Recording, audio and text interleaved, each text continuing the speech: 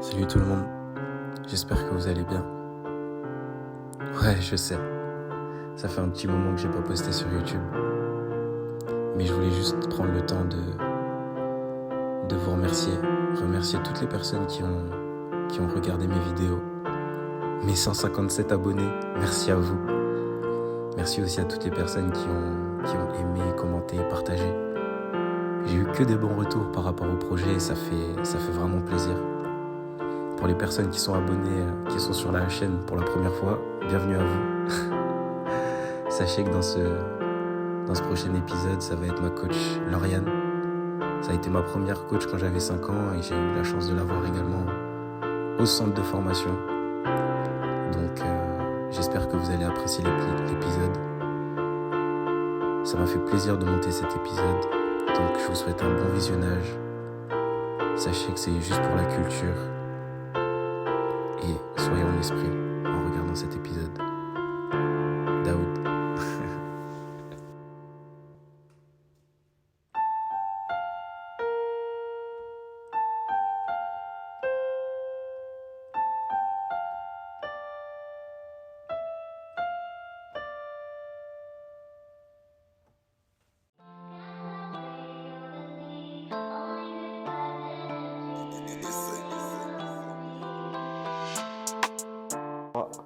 Deux, un, Lauriane.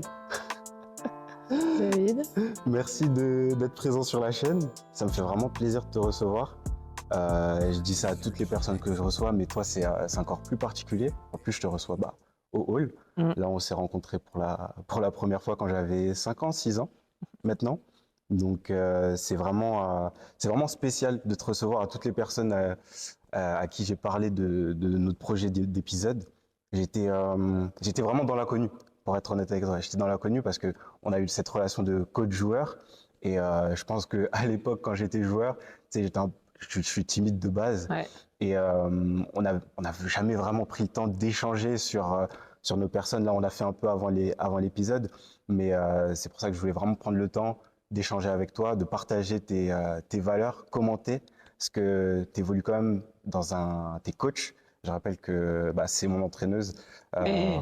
Top. Entraîneur. Entraîneur, que j'ai eu pendant 5 années de suite, quand j'étais au centre. De suite ouais, mais avant aussi. Avant aussi, mais vraiment pendant le centre, là, c'est là où tu m'as vraiment coaché. T'évolues dans un milieu d'hommes. T'es la seule femme. Ouais. T'es la seule femme sur En tant que coach, oui. En tant qu'assistante, il y en a quelques-unes. Mais en tant que coach, ouais. Ouais. C'est ça que je trouve fou. C'est pour ça que En France, hein, parce qu'en Europe, il y en a un peu. Ok. Mais dans toute la France, du coup Ça, c'est... Ça, par contre, tu vois, ça, je le savais pas. Après, peut-être qu'en National 2, et non, pas peut-être, en National 2, il y en a. Il me semble qu'il y en a 2 ou 3. Mais Pro A, Pro B, N1, t'es la seule. Ouais, je suis la seule. Je te remercie vraiment parce que ça me touche, parce que on se connaît depuis vraiment très longtemps. Ouais. En mini, tu devais avoir 5-6 ans. Et en fait, de voir l'évolution, pour moi, c'est ça ma plus grande fierté aussi. C'est de voir l'homme que tu es devenu. J'ai toujours dit au centre de formation, voilà, on veut en faire des basketteurs pro, mais après, chacun a son passage, chacun a son cursus, chacun a sa limite. Et notre objectif, c'était de vous pousser chacun à vos limites perso. Donc, en fait, il n'y a pas une limite qui est commune, mais chacun va avoir sa ligne. Et voilà, de voir aujourd'hui l'homme épanoui que tu es, pour moi, c'est vraiment une grosse satisfaction. Et c'est pour ça que c'est vraiment un gros plaisir partagé. Merci. En tout cas. Merci. Mais c'est vrai que vous nous avez appris à jouer au basket et à être intelligent sur un terrain. Mais je pense qu'en parallèle, vous avez su créer chez nous cette envie de se développer, et de s'améliorer. Mais plus le temps passait, plus on se rendait compte qu'il n'y avait pas que le basket aussi comme métier. Et on s'est dit, dans la vraie vie, comment on va évoluer. En tout cas, pour ma part, c'était ça. Et ce que vous nous avez appris pendant toutes ces années au centre, et même avant, quand j'étais jeune joueur pour ma part, quand j'étais à la SIG, ça m'a vraiment aidé à me développer et à avoir la vision que j'ai aujourd'hui. Et c'est pour ça que je t'en remercie énormément et que je voulais absolument te mettre dans ce projet-là parce que tu as fait en sorte que je sois aussi l'homme que je suis aujourd'hui. Faut dire ce qui est. Donc, je t'en remercie. Et c'est pour ça que Bah, je avec suis, plaisir. je suis tout excité à l'idée d'avoir réponse à quelques questions que je t'ai préparées, du coup. À commencer par la première, qui me trotte toujours un peu l'esprit, parce que tu es ma coach, du coup, mais pourquoi faire coach? Et pourquoi coacher des garçons et pas des filles? Quand tu es petit, tu as toujours un peu voilà, des métiers que tu veux faire. Et quand ça arrive vraiment le moment où tu dois te décider, choisir une filière, j'ai vraiment jamais su vers quoi m'orienter. Et donc j'ai fait le collège plutôt de manière générale. Mhm. Et c'est quand, à la sortie des sélections d'Alsace, donc j'avais plus l'âge de faire les sélections, le CTS de l'époque, Frédéric Albax, en fait, m'avait proposé d'intégrer le staff. Et c'est là que j'ai commencé à toucher un petit peu de plus près ce côté entraînement. Ok. Et ça m'a tout de suite plu. Et derrière, je me suis orientée vers des études pour pouvoir justement suivre cette filière. Donc j'avais fait STAPS. Alors c'était pas sous la même forme qu'actuellement, mais c'était voilà, je voulais faire les diplômes d'entraîneur. Ouais.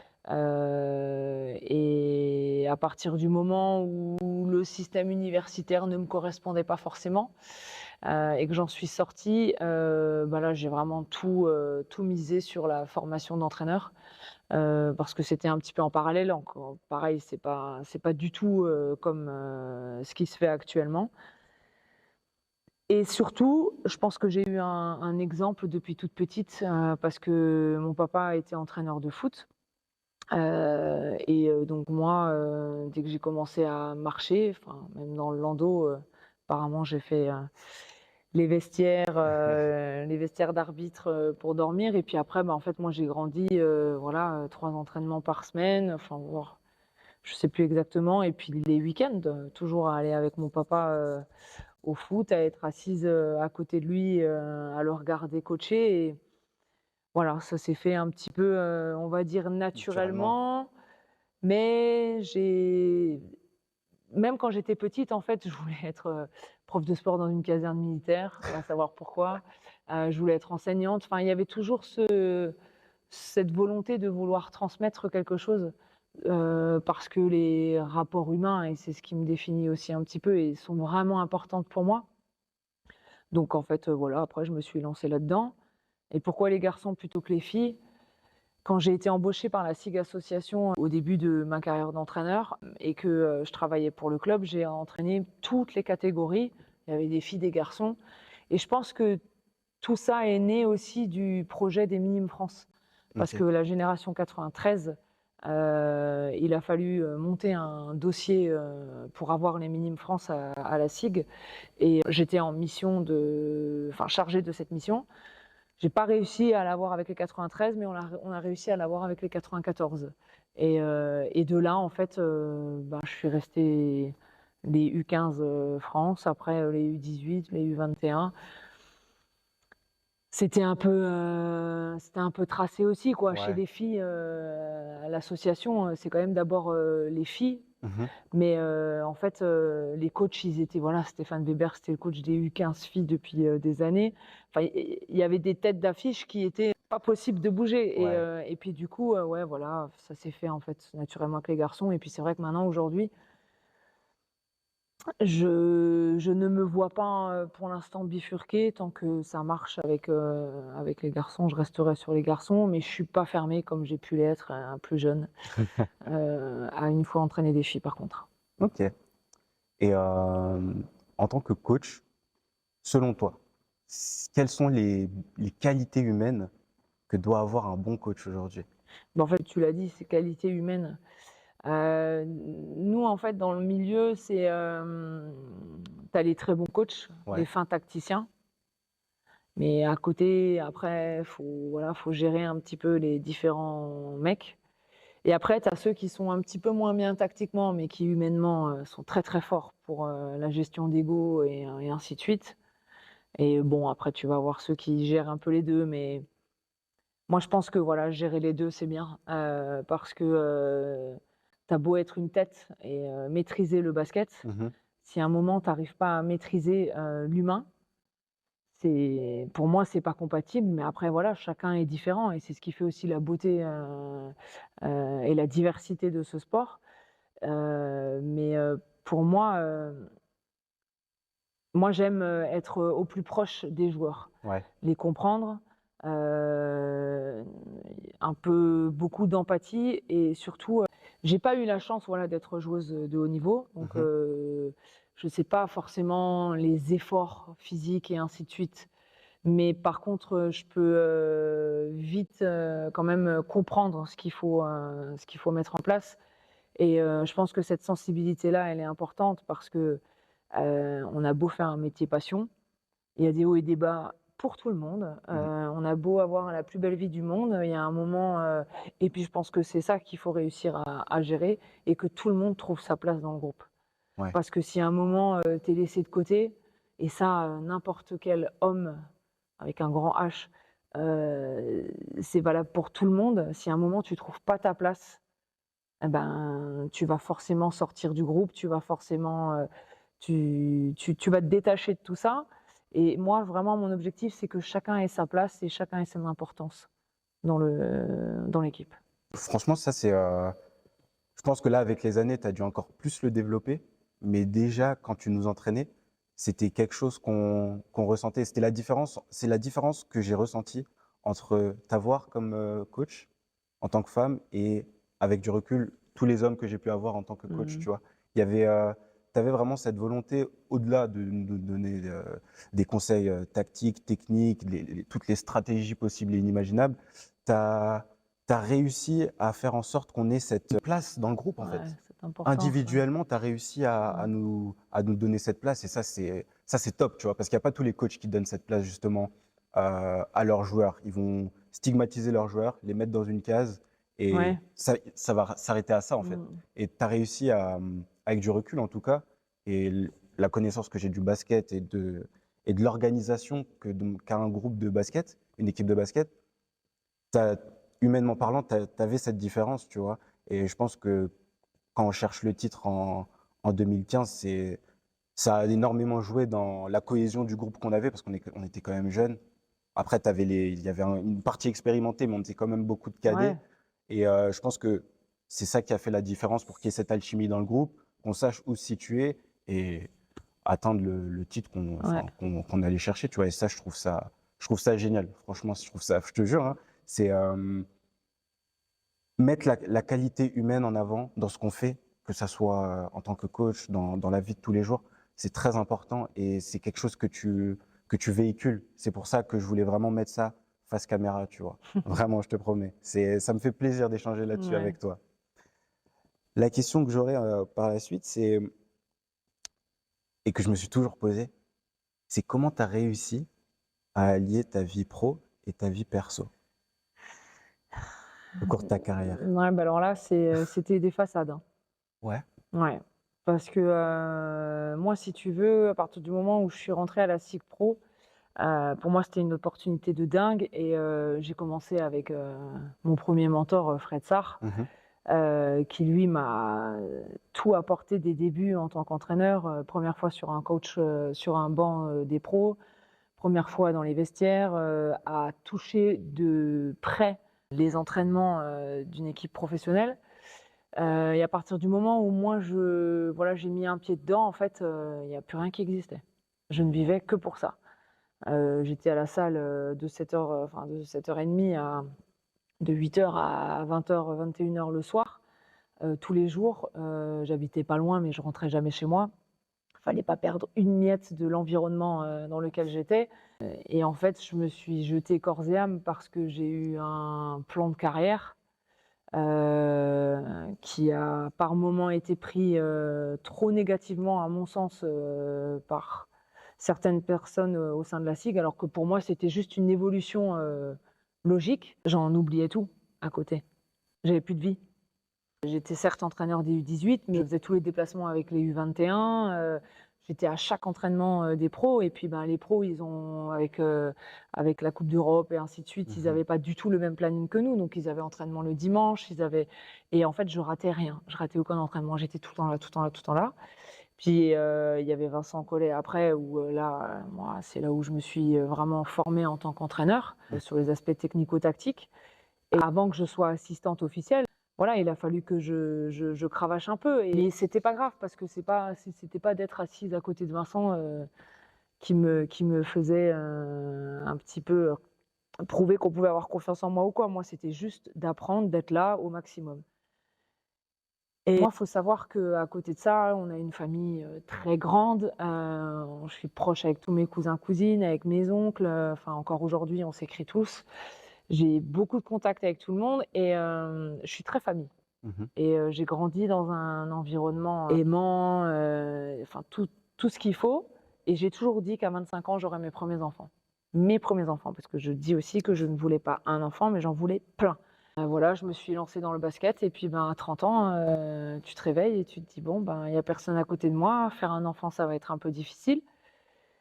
Et puis là, j'étais dans ma machine à laver sportive où en fait, je me suis rendu compte que j'ai vécu que pour ma carrière pro et j'ai vraiment rien fait à côté pour le reste. Ouais. Et après, ça a été un peu long le processus parce que ça a été quand même un peu, je vais utiliser le mot clairement, ça a été de la souffrance parce que moi, en tant que femme, voilà, moi, je voulais aussi avoir mon mari, mes enfants. Et en fait, quand je rentrais chez moi le soir, il n'y avait personne. Ouais. Donc, la vie sociale, c'est bien beau, mais à un moment, moi, c'est pas ce que je voulais. Et puis, voilà, s'ensuit 5 ans où je change un petit peu ma mentalité, ma façon de faire aussi, parce que je pense que c'est une prise de conscience et puis il faut faire les choses aussi pour pouvoir provoquer le destin. Et voilà, et puis c'est là que je rencontre du coup mon mari. Et en fait, j'ai toujours voulu. Je suis suivie en prépa mentale Ouais. depuis 15 ans. Je travaille depuis 15 ans avec Sonia Mélis et on avait, je pense que vers 28 ans, on a mis ça en place. Mon rêve, c'est d'être femme, maman et entraîneur. Et je voulais vraiment combiner les trois. Les Et trois. pour l'instant, en fait, il n'y avait que le mot entraîneur. Et c'était à la dernière position. Donc il fallait qu'on mette des choses en place pour que les 2 premières puissent être réalisées. Et aujourd'hui, j'ai tout. C'est beau J'ai ça. mon mari, j'ai mon enfant, enfin, on va dire entre guillemets «mes enfants» parce que voilà, on vit quand même au quotidien avec Joris et Tylane, ce sont mes beaux enfants, enfin c'est les enfants de mon mari, mais voilà. C'est un lien quand même assez fort et aujourd'hui j'ai tout et maintenant je veux juste continuer à combiner tout ça ensemble et puis à partir du moment où je suis suivie comme je le suis, où ils sont à fond derrière moi, ils me suivent beaucoup parce que j'ai quand même coaché, j'ai quand même signé à Mulhouse, on m'avait dit qu'il y avait très très peu de chances que je sois maman. Je me plonge dans Mulhouse et puis Dame Nature fait bien les choses et puis tout d'un coup je tombe enceinte. Et là, il faut l'annoncer au président. Le président qui a osé voilà, signer une femme, lui dire bon mon gars, je commence mon contrat mais Je suis enceinte. et en fait il y a un accompagnement au top Ouais. et donc j'ai coaché ma première année en tant que coach pro enceinte et en fait je suis trop fière et j'essaie vraiment de Magnifique. véhiculer ça parce que c'est possible et voilà, maintenant il faut juste mettre de l'ordre dans sa vie et tout est possible. Là, justement, par rapport à ce que tu essaies de véhiculer, aujourd'hui, quelles sont les valeurs que ta carrière pro, ta vie perso, justement, tout ce que tu as pu vivre, cet accomplissement, parce qu'il faut dire ce qui est, comme dit, c'est un travail que tu essaies de mettre en place. Aujourd'hui, je pense que tu peux mettre du coup le femme, maman, Mmh. entraîneur, tu peux le mettre. Et justement, avec tout ça, quelles sont les valeurs que tu essaies de véhiculer au quotidien avec tes joueurs, ta famille, euh, tes collègues, les assistants comme Terric au cours de la Ouais. saison dernière et des années Je précédentes? pense que tout est parti en fait de mon éducation aussi. Voilà, on est une famille simple, aimante, qui voilà, on profite vraiment de la vie et on est entier. Mhm.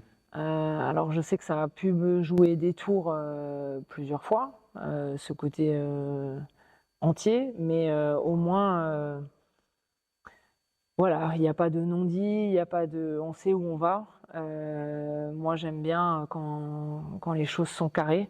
Ouais. Mais par contre, j'ai besoin aussi de cette proximité avec les gens. Que ce soit les joueurs, que ce soit mon staff, que ce soit tous les gens autour, j'ai besoin de la confiance des uns et des autres. Et pour ça, si t'es pas entière, ben, t'arriveras pas à l'avoir en fait. Et donc c'est juste vivre les choses le plus simplement possible. L'empathie aussi, ça fait beaucoup. Et après, le sourire, quoi. C'est parce que et ça, je sais que je l'ai pas forcément été en tant qu'entraîneur de centre de formation. C'est plus avec l'âge, avec l'expérience que tu t'en rends compte. Mais Ouais, des fois, on avait peur un peu. ouais, bah, je comprends. Mais aujourd'hui, c'est putain, je me réveille et je me dis mais enfin voilà, c'est beau quoi. Ouais, Je veux dire, je vais pas au bagne. C'est vraiment tranquille. Je fais ce que j'aime. J'essaie vraiment de retransmettre ça aussi. Et puis le mot plaisir, c'est quelque chose que je mets en avant aussi avec les joueurs parce que, ouais, alors ok, on a la pression du résultat, il y a plein de choses. Mais les gars, quelque part, c'est kiffer, quoi. Parce que là, c'est que du bonus, hein. Vous vous réveillez, vous allez prendre la baballe, vous allez courir. Il y a pire. ouais, c'est ça en fait. Tu te rattaches aux choses simples. Aux choses simples, mais il faut le dire. Ouais. Il faut se dire les choses, en fait. Et tout part de là. Ce côté entier, tout part de là. Il faut dire les choses. Parce que des fois, ça pourrait paraître. Enfin, quand tu parles avec les gens de l'extérieur, ouais, mais bon, tu te lèves pas à 6 heures du mat. Enfin, voilà, oui, mais des fois, faut mettre des mots sur ses ressentis. Ça veut dire j'avance avec mes échecs. Mhm. C'est une devise que ma mère m'a inculquée quand elle venait dans les tribunes et qu'elle me disait si tu loupes un panier, c'est pas grave, tu continues. Ouais, Tu vois, ça part de cette énergie-là. Et je voulais savoir quel était l'échec dans ta carrière que tu as rencontré qui t'a permis de te forger une carapace, un caractère. Qu'est-ce que tu retiens de cet échec-là? Et mentalement, quand tu as eu cet échec-là, qu'est-ce qui t'a permis de rebondir, tu vois? En tant que coach, j'ai la chance de ne pas encore en avoir eu des gros. J'en ai deux, j'ai dû réfléchir fortement à la réponse. Il y en a deux qui me viendraient, où ça m'a affecté et j'ai essayé de rebondir au mieux derrière. Il y en a un, c'est surtout rebondir au mieux, mais on va dire aujourd'hui. Je le prends comme exemple, où j'avais une saison au centre de formation avec la génération 93, 94, 95, où on n'a vraiment pas fait une bonne saison. Et les dirigeants n'étaient pas contents, normal.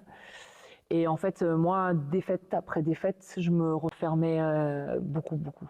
Mhm. Et j'étais plus du tout dans le dialogue et j'ai pas du tout accepté les critiques des dirigeants, alors que tout était constructif. Et moi, étant dans l'échec, je me suis plus protégée, fermée. Et c'est à moi de trouver la solution. Et je n'accepte pas de l'aide de l'extérieur et ainsi de suite. Donc ça, je referai plus cette erreur-là, parce qu'en fait, ensemble, on est plus fort et on va trouver forcément des solutions. Et l'autre, c'est plus vraiment tactique et gestion de groupe et ainsi de suite. C'est l'année dernière, donc pas cette saison, la saison dernière. On atteint de nouveau les playoffs. On gagne le premier match à Andrézieux. Et les deux matchs qui suivent sont chez nous parce qu'on a l'avantage du terrain. Il faut juste une victoire pour qu'on passe et on perd les deux matchs. Et je ne sais pas ce qui a fait, enfin je ne savais pas, ou non, je ne sais pas ce qui a fait entre le premier match et le match 2 et le match 3 pour qu'on s'écroule comme ça, qu'on ne retrouve plus notre basket et qu'on n'arrive pas à reprendre le rythme. Et cette année, j'ai vécu les playoffs différemment.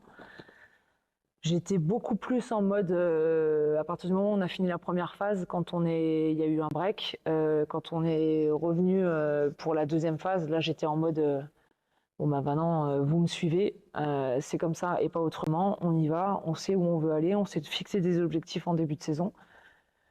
Faut qu'on aille au bout et dans l'hypervigilance, dans la dureté, ce qui me caractérise aussi beaucoup.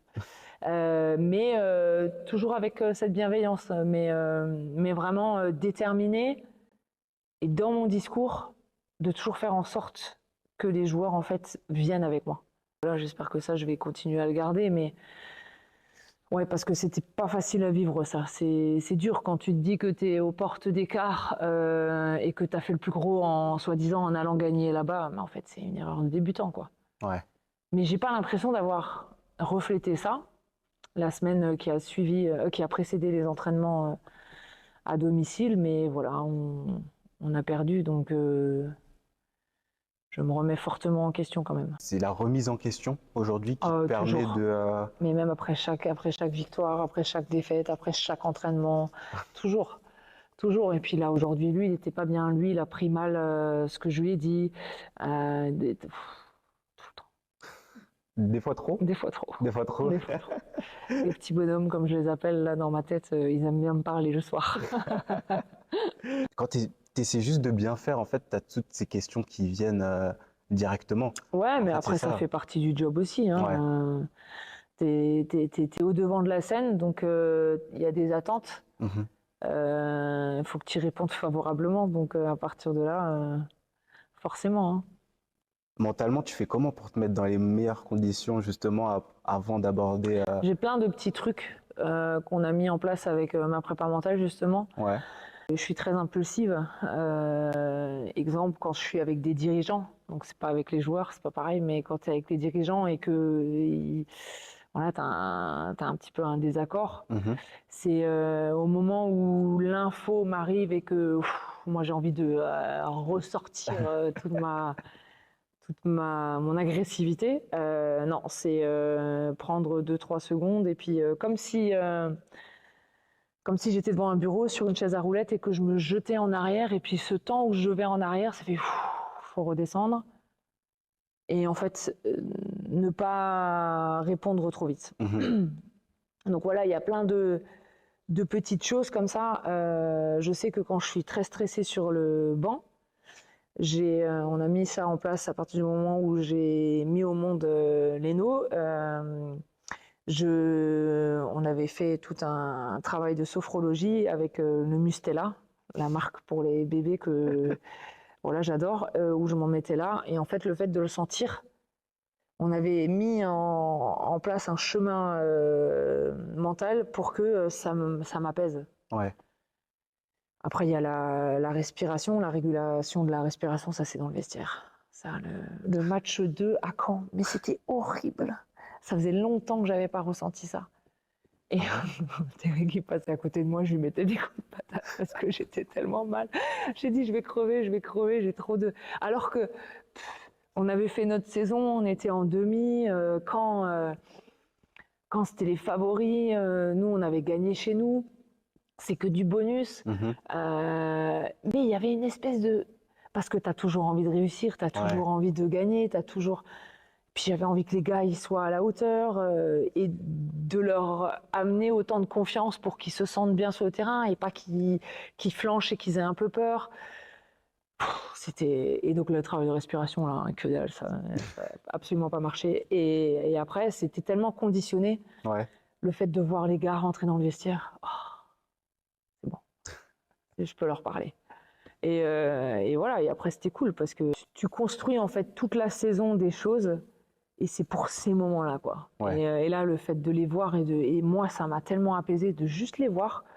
J'ai pu faire mon discours normal, quoi. Ouais, J'étais rebloqué, j'étais regonflé, pardon, à bloc, et puis c'était reparti, quoi. En y réfléchissant, dans la vie, c'est un peu pareil. Tu sais, tu vas assimiler certaines informations qui vont peut-être pas forcément te plaire, des informations positives comme négatives, et ça va être à toi en fait de décider comment tu vas le traiter, tu vois. Et c'est ça qui est fort. Mais Je vois exactement, tu vois, ce moment où tu Ouais, recules. ouais. C'est Puis c'est après, vrai il y que a c'est important. mes stylos, quoi. Mes deux feutres, deux plaquettes, faut toujours deux. Et puis, il y en a un qui roule sur l'autre. Toujours. Puis des fois, quand je m'énerve et qu'il part dans tous les sens, Terry, qui sait qu'il me faut mes deux feutres. Tu vas dire, tiens, les deux. Lauriane, aujourd'hui, quelle est ta règle d'or au quotidien que tu essaies d'appliquer tout le temps? Forcément, il y a ne regrette rien. Parce que ça, je pense que c'est aussi mes parents qui m'ont inculqué ça, d'aller au bout de tout ce que tu veux faire. Et si ça marche pas, c'est pas grave. Et ouais, je crois en fait que ça va être ça. Parce que là, avec ma future destination, c'est un peu aussi pas mon destin, mais mon parcours qui change parce que je sors enfin de la région d'Alsace. Parce que je pense qu'il y en a plein qui pensaient que j'allais jamais le faire. Et ne regrette rien, va au bout, vis pleinement les choses. Et puis surtout là, je trouve que ces derniers temps, je vais faire la petite rabat-joise, mais on vit pas forcément dans les meilleurs. Enfin, il se passe tellement de choses que de demain, tu sais vraiment pas de quoi il est fait. Donc vraiment, va au bout de tes idées, donne-toi les moyens de réussir. Parce qu'après, c'est bien beau de parler, mais il faut se donner les moyens de réussir. Et ne regrette rien, va au bout. Et est-ce que tu penses que c'est ça que tu dirais à la Lauriane de 18 ans qui était en STAPS du coup?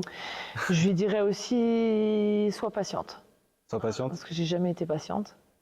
Jamais. Je crois que maintenant, j'ai plein de choses que je voulais avant. Je vais être un peu plus cool par rapport à ça, parce qu'en fait, tout vient à point à qui sait attendre. Cet adage-là, il est pour moi, il a été à la lettre. Et c'est sois patiente. Sois patiente, tout va arriver. C'est vrai. Je pense que c'est quelque chose que j'ai appris avec là sur les dernières années. Le temps fait bien les choses. Ouais. Le temps fait bien les choses.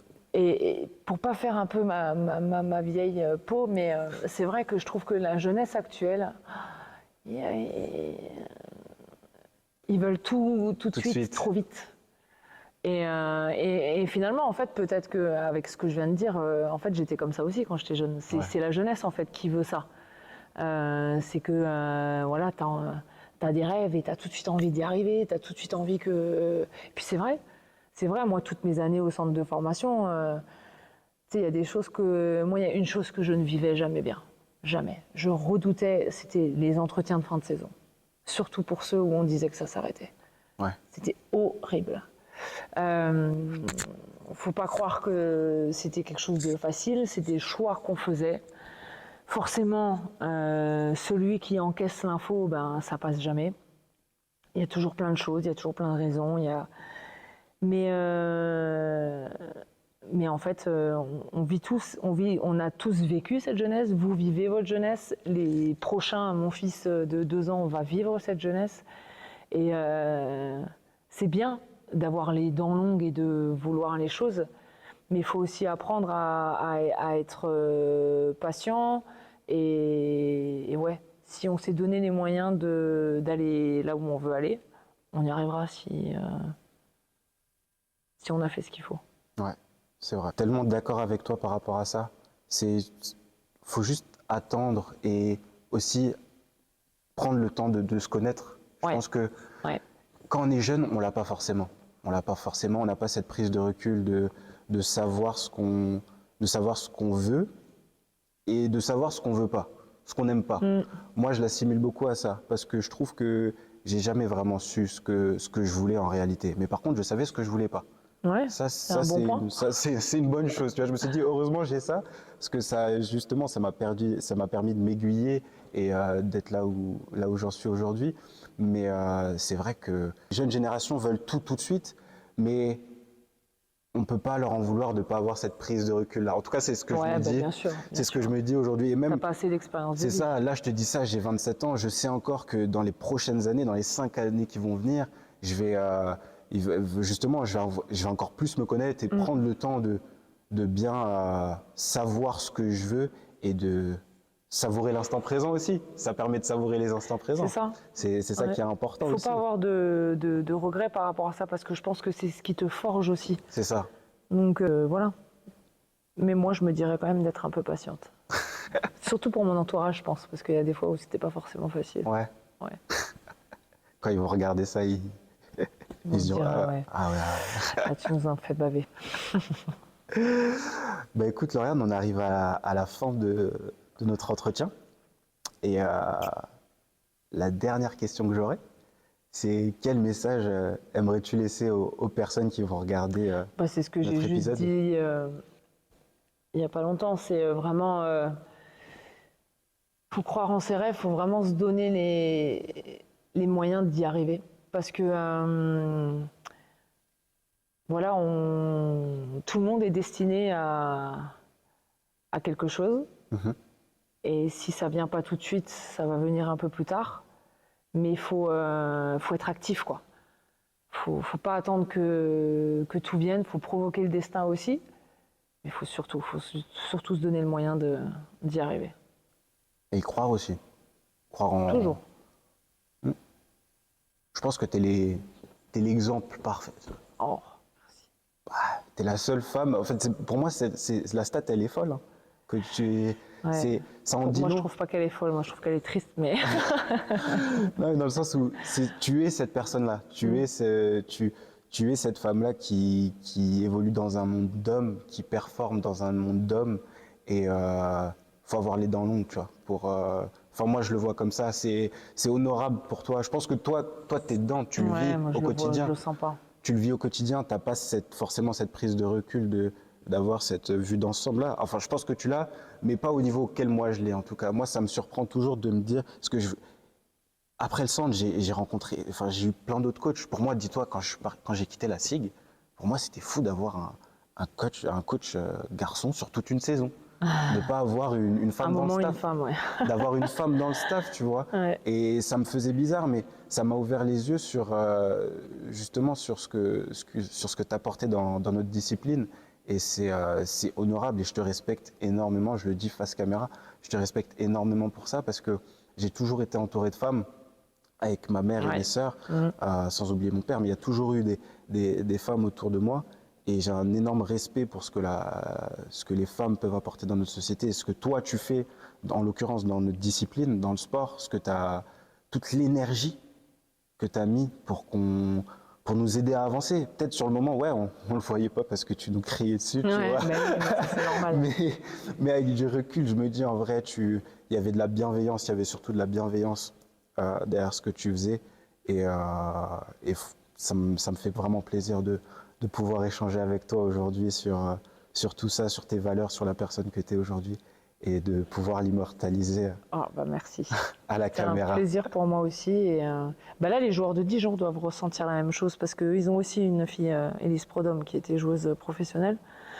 Ça va être sa troisième année là, à Dijon. Et donc, elle a aussi un bel avenir devant elle. Donc, ça arrive. C'est top. Bah écoute Lauriane, on va juste prendre une petite photo, on va prendre cette caméra-là pour la couverture. Donc on va juste poser. Je t'invite à regarder la caméra. Voilà. Top, c'est parfait. Merci beaucoup Lauriane. Ah bah de rien. Franchement, ça m'a fait plaisir. Et je te souhaite vraiment plein de réussite pour tes prochaines saisons, pour la prochaine saison qui arrive. Et prendre soin de toi, de ta famille, de ton petit, de ton mari et de Joris et de sa sœur du coup. Dédicace à Joris. Mais franchement, merci. Merci à toi et continue, parce que c'est cool de te voir aussi épanoui. Merci, je continue. Hein. Top, clap de fin, on peut faire comme ça. Attends, je peux faire tomber l'iPad. 1, 2, 3. Parfait. Merci David. Fin de tournage. C'est cool.